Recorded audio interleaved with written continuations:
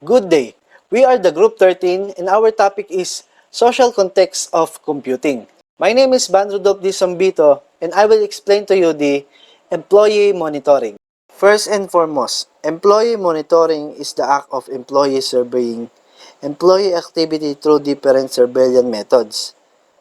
Throughout the decades, large industrialized economy have been shifting from a heavy manufacturing base to an information management base. Shifting of management style is due to the shift in the economies and stiff competition. Style in management had been changing with shifts in economies since the dawn in industrial revolutions. Those early days, management follow as style, now commonly known as Chorex. After Douglas MacGregor, Chorex management was characterized by a top-down autocratic style of management, in which the manager commanded the activities of the factory worker, with almost omniscient and demanding power. Nevertheless, our economies grew bigger, employees became more elite, a new management style started to evolve that become known as Choriwai. Choriwai put more faith and empowerment in the hands of the employees. This is a style of with the employees rank broken down into small independent units. Instead of having a manager who commanded every employee from Choriwai, Choriwai have supervisor which headed a single unit. The supervisor themselves form another top-down, ending with the top management. Choriwai gave more flexibility and partial decision-making powers to employees at different levels of management hierarchy.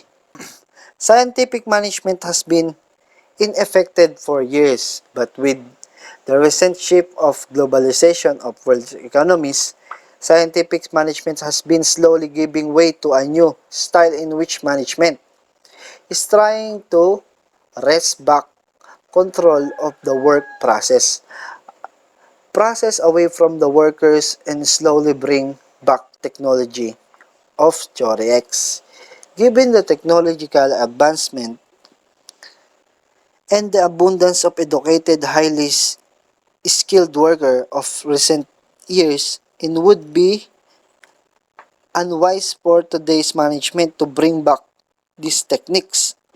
Furthermore, a new techniques in the works is called fear management.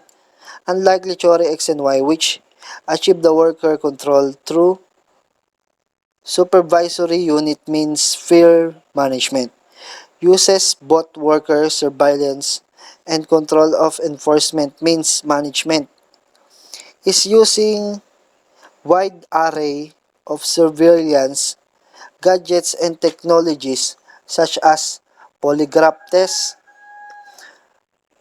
if they are suspected of a breach of any kind, and a lot of more such called surveillance gadgets. So in this part po kasi we talk about the large industrial economies have shift management. These management are Choris, X, and Y. So, sino nga po ba si X and Y? Simulan po natin si X management.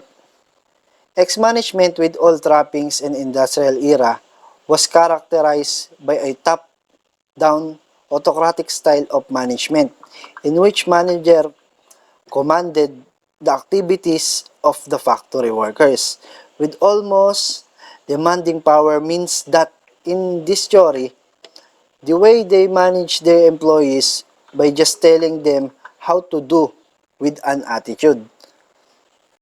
So, ang pinapaliwanag po dito kay ex-management po, may isa pong manager na nagko-command po sa lahat na po ng employee.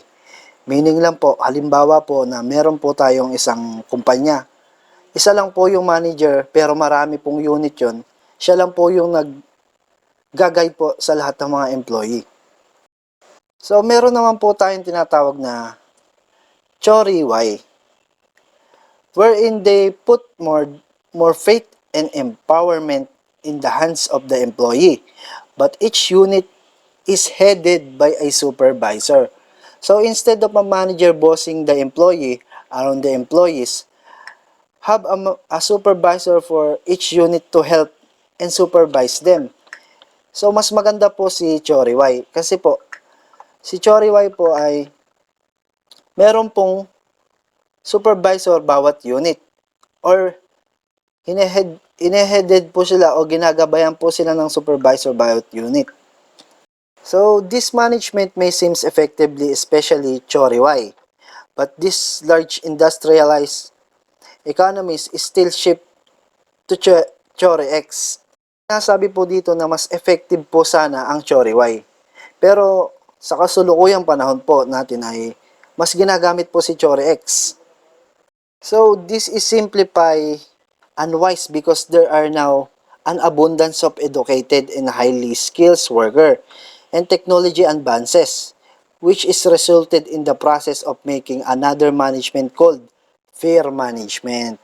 Unlike Chori's X and Y, fair management uses both worker surveillance and control enforcement means in the new of fact, this management might be more effective because every technological advances and skills worker will be in use. So, dito nga po kay fair management, bali parang pinagsama po siyang Chori X and Y. Kasi po, di ba po, si X management is nag-handle po sa kanila ay manager.